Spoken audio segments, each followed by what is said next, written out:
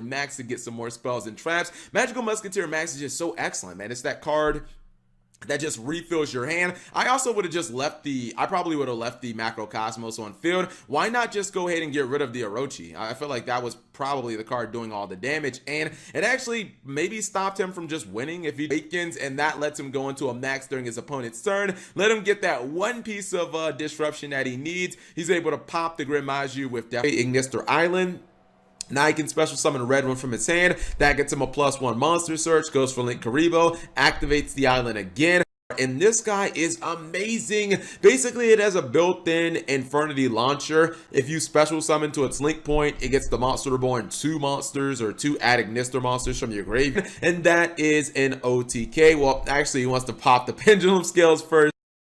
Bleeding life points with the Solemn Warning. Now him taking the attacks for Dark Law coming out too. I was like, I don't know until you guys know what that means. By the way, the Desires itself, them life points. Let's go. He's gonna gain all them life points. By the way, as he bet, so look at me, he went from 200 life points to 62 with assist in his own demise, which he has enough damage to just kill his opponent. The turn, he's going to be able to use Construct to run over or really just kind of trade with the Mech Knight. This card is such a difficult card to kill. You can't target it and you can't really attack into it with special summon.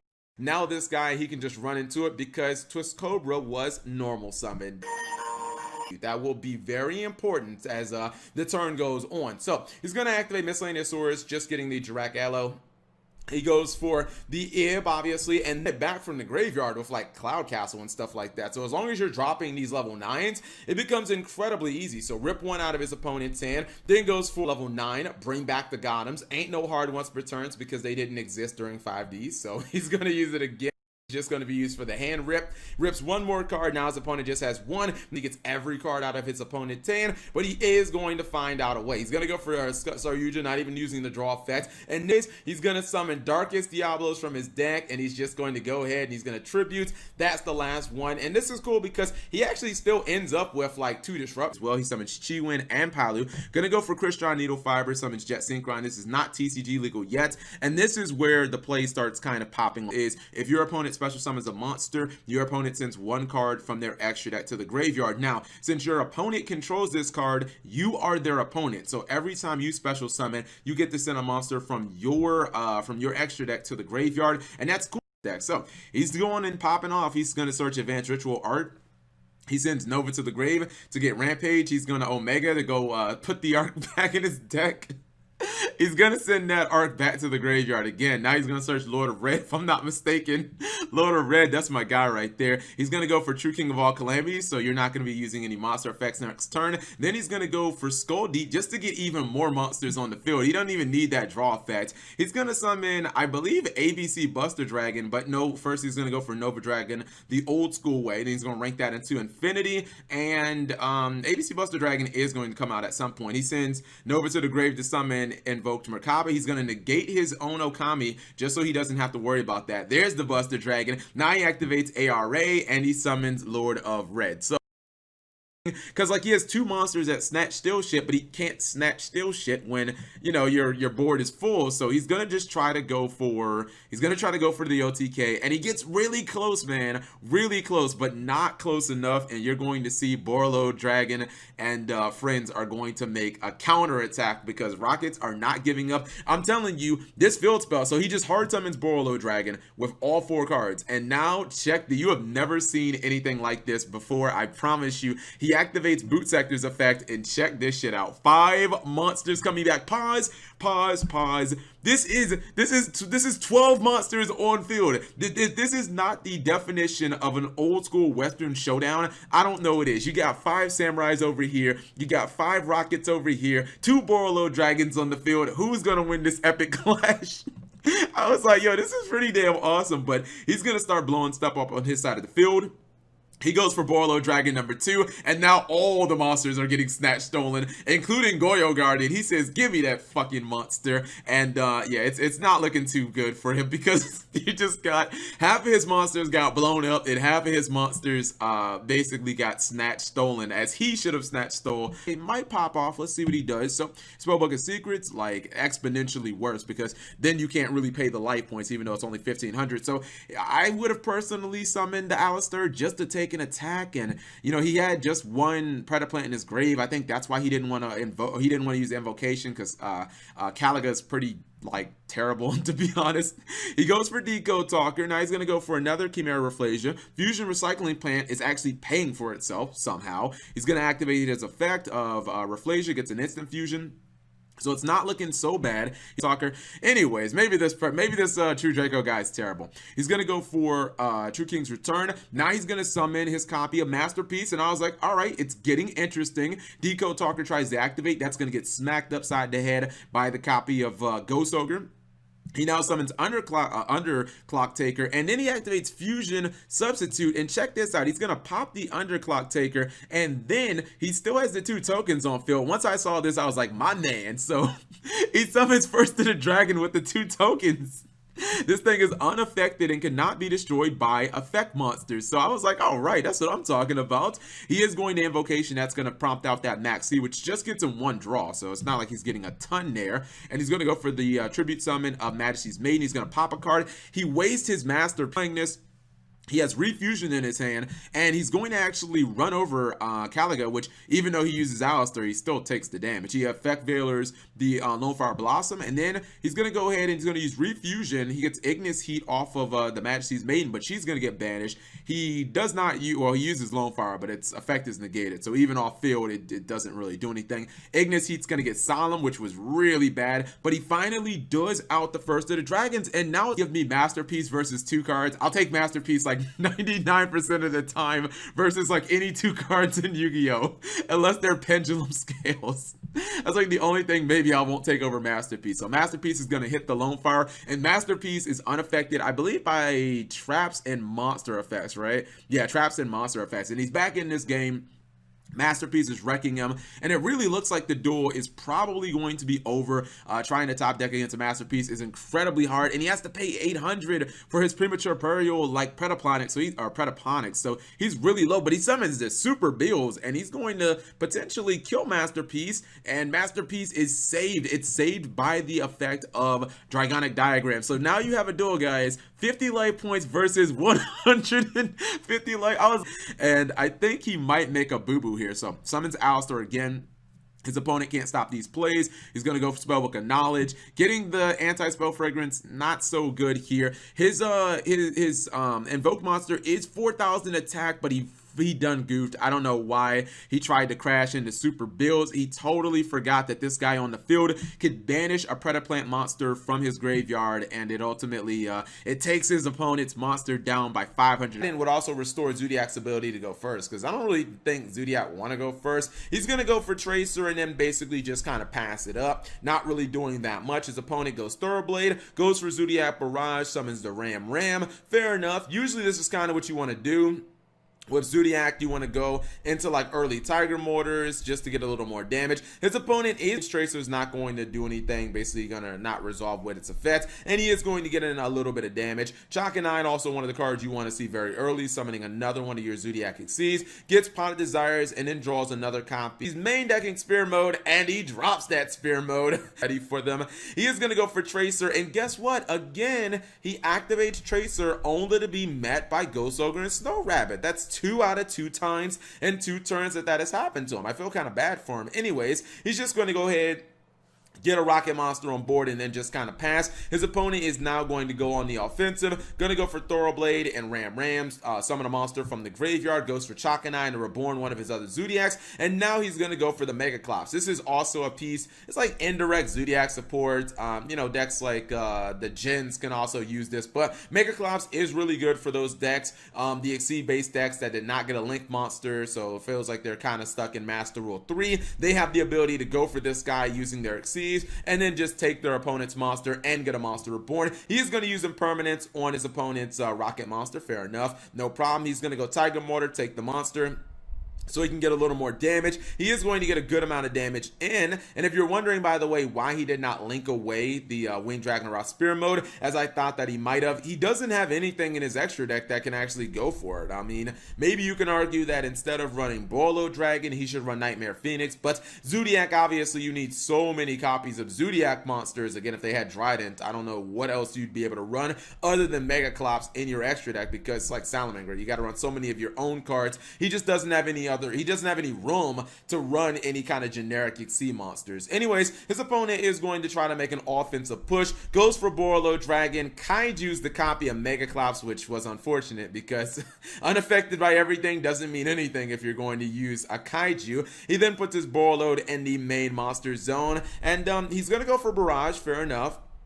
Trying to mount a little bit of offense here. He has to take basically just a trade here. It's not exactly beneficial, but I mean, I think it's okay. He's getting a 1-for-1 with the Boilo just by using the copy of Whiptail and banishing. He knows he's taking some battle damage, but it is whatever. Both players are top decking. Quick Launch is going to be, or Quick Resolve. It's Quick Launch into, yeah, Quick Launch into TCG is going to be used, and he's going to go for Tracer a third time, only to be met a straight third time with a copy of Ghost Ogre. That's insane, right? This guy has tried to resolve this card 3 times this duel, and every single time he's been met with Ghost Ogre. Ghost Ogre OP confirmed. Shouldn't be able to get Conductor on field turn 1 very often. Anyway, he has a great counter here, Monster Reborn, to threaten the copy of Galatea. If he lost Galatea, that would mean that the Crescendo would instantly be dead. Goes into Banelix. Banelix is going to be banished, which means he cannot summon the, well, he can't summon the Gazelle, but it's fine. He plays Foolish Burial, which does allow him to use that summon of Gazelle and Foul. He's going to try to activate the effect, only be met with Fog Blade, but it's fine. Now at this point, he can go for Hida. He can start comboing out. He's going to summon the Jirak from his opponent's graveyard, and I think he actually is going to be trying to go for, yep, he's setting up for a massive Fusion of Fire play by summoning Finnick from his deck. Now he's going to Fusion of Fire the Galatea away, and it is an easy OTK. Leave artifacts are. So this is a typical opening for artifacts, just because you can kind of sneak your, I mean, you could sneak your monsters in your back row. If it's a card that you show your opponent, usually they're not going to play into it, very much like Drowning Mirror Force, and let's see exactly how he's going to play around. Now, he is playing Infernoids because, or excuse me, that's a deck that's not really known for being able to play around that much, because, I mean, it does have some back row removal in the form of Devyati and obviously like Petrulia, but not that much. He goes for Onochu, which is Onoku's actually going to get hit with that Solemn Warning, and now he's going into Scythe mode beatdown, I guess you could say. He did set the Malevolent Catastrophe, and he has the artifact Vajra in his hand, which obviously can be another card that acts almost identical to Malevolent Catastrophe. Right now he's getting a beatdown going. He top decks Decatron, which is really good because that gets him Harmodique, and I thought that he would probably stop attacking at this point because he doesn't want to deal obviously with the Malevolent Catastrophe. And if you notice,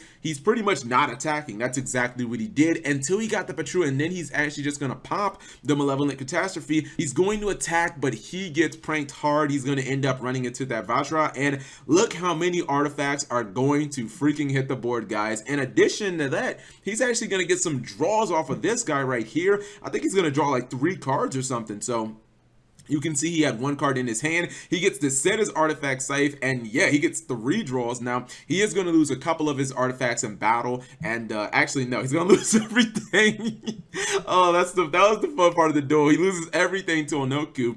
He activates Artifact Ignition, which is going to basically proc the Void Feast, which is going to be chained, and it's kind of crazy, right? Because the board looks almost identical to what it did a couple of turns ago. You saw that he summoned 5 artifacts, and then his board got clean. He's gonna go for Star Eater, and this time he's gonna go for Malevolent Catastrophe. That's gonna get negated. And check this card out. He uses Absorbing Jar to blow up his back row again, and he's gonna summon more artifacts. So what, that is the 2nd time that he has blown up his entire back row. The 3rd time he has attempted it, and now Devyati is going to be summoned. And I mean, both players have very strong boards. He's going to go for Volcasaurus, and I believe that Devyati is going to say no to that, but he is pressing on, guys. The back row is real. 5 more back row, and he's going to attack Artifact Scythe with Untundale.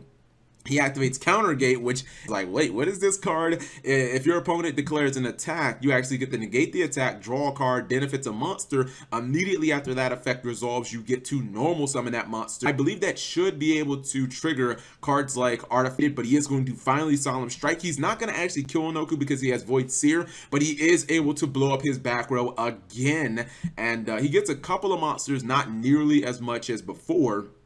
He is going to try and do a little bit of damage there, get the Artifact Scythe off the field, and he's going to go into Pallades, and he's finally going to be able to bounce that Onoku, but can't finish him off. I believe Onoku is going to get summoned back. No, it's not. Antundale is when he tries to activate the Constellar Pallades, Void Seer is basically chained to say, no, you will not be able to get my monster off the board, and now it's pretty much a desperate situation for the Artifact guy. He activates Pot of Duality, he gets an Artifact Sanctum, which was excellent, and if you guys have noticed now, look who only has 3 cards left in their deck, and you see the next card on top of his deck is Charged with Light Brigade, which he will not be able to resolve. So I believe that the Infernoids is just going to be dead drawing, but he summons a second Pallades, and that might actually be the game.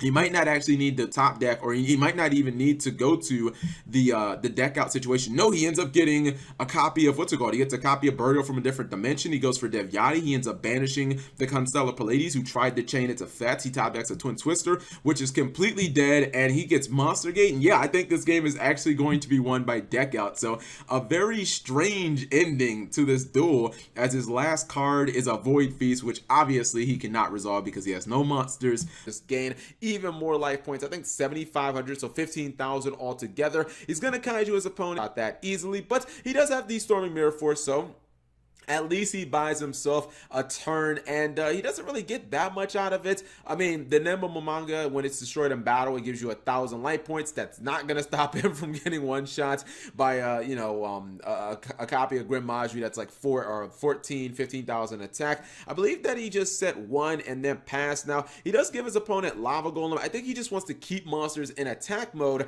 so he can summon Grim Majri and he can attack over that. Like, you never want to be attacking into face downs. He's going to summon the Ronin Raccoon, which is cool because he gets a 3,000 attack token. The problem is, the battle damage is just inconsequential. I don't even think he needed to summon the Battle Fader because, dude, you're sitting on 45,000 life points.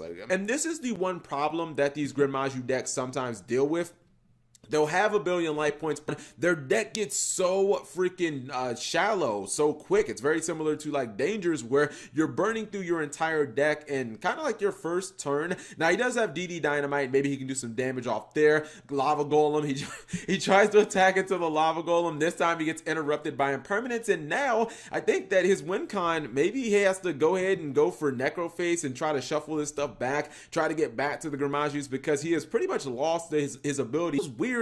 I don't know why he did that. He had 2 cards left in his deck, and he opts to use a Lord Darkness to do that. I believe he is going to summon Necroface. That's going to get hit with Solemn Warning, and he is going to respond with, okay, guess he's not going to respond. Maybe it hits him with the DD Dynamite, Lava Golem, a trigger. This is the 200 IQ play, guys. What you do is you flip over Called by the Grave, you banish the Lava Golem in your opponent's graveyard. Now the Lava Golem can't actually burn you. It can't trigger, and you can actually deck your opponent out. I said Konami fundamentally messed up when they designed the archetype, and I think this was like the same type of play that showed me that Danger were broken as an archetype when somebody ended up going, oh, okay, I thought he used cherries. I thought he was gonna take Firewall Dragon out. That would have been even better. But I think I said in that duel, if you can summon Saryuja Skull Dread without using your normal summon, that's pretty damn alarming. And you see right here the beginning of the end, which that kind of, a couple of YCSs ago, people started learning about that. But you can, in these type of decks, you can put so many monsters on board. You can go Saryuja Skull Dread 1, 2, 3, 4 times, well, 3 times. I think I've seen Despots do that as well. But Despots aren't doing these type of plays, and stuff like Zephyros the Elite. Zephyros the Elite should be ran in every single Danger deck because you can discard it and then draw a card and then basically bounce the Danger on field to your hand and then activate it again. And plus you get another monster on board for link summoning. So you've seen already 3 copies of, well, that's 3 copies of the beginning of the end and 3 copies of Saryuja Skull Dread. And now all he has to do is soul charge the Egyptian God cards back. He can tribute for the Winged Dragon or Ra, and guess what? He's got all 3 Egyptian god cards on the field. Now the only thing that's left is to summon this one. She is actually a condition, just like Exodia. Somebody be like, Cap G, effect Veiler, duh, you just win the duel, you negate her effect. Nah, that's not how it works, man. She's a condition. As soon as she's summoned to the field, GG no re. You know what? I think, hold on, was that done without using the normal summon? Because I'm pretty sure that there was no normal summon that entire duel. Connector doesn't even matter. As long as you can resolve that, you're pretty much good. By the way, you do not even need to look at your opponent's hand. Who cares what they got? Long as I get my playthrough, I know it's going to be a wrap. Oh goodness. We're going to start with ISO, a card that probably should have been banned. Then go on to Hella Firebrax, another card. Well, you guys get the theme. How many cards are we going to play during this turn that probably should have been banned or hit on the Forbidden and Limited list? Some of these cards in the OCG, like Divine Phoenix Sword, I mean, that one was banned in the OCG. Another play right here, the Timeless, a card that's to me is just an FTK / OTK or dirt play enabler. And we are going to use Summoner Monk multiple times because that ain't a hard once per turn. This play is actually going to get so crazy that at one point it kind of looked like it was just redundancy. It looked like all these plays were redundant and I couldn't quite figure out where exactly they were going. I was like, dude, you're just making Saryujas to make Saryujas. So you notice he dropped Jinzo in the graveyard. See, I try to tell people all the time, Jinzo, not a power creeped card, by the way. Shout outs to the new Jinzo support we got coming out. And hopefully that will make this video. Anyways, a third copy, I believe, of Saryuja Skull Dread, and at this point I was kind of like, I don't really get what we're going for here. I mean, we're making Saryujas, we have less than 15 cards in our deck. Now we're apparently going to go into Guard Dragon plays. I was like, what exactly, where are we going with this? I'm not really seeing. I was like, are we going to go for like Red Eyes Dragoon or something? Anyways, it is going to allow us to add Summoner Monk back to our hand, and I think that actually that's going to be used again. We're going into another copy of Saryuja Skull Dread. Now when I saw the Cyberstein,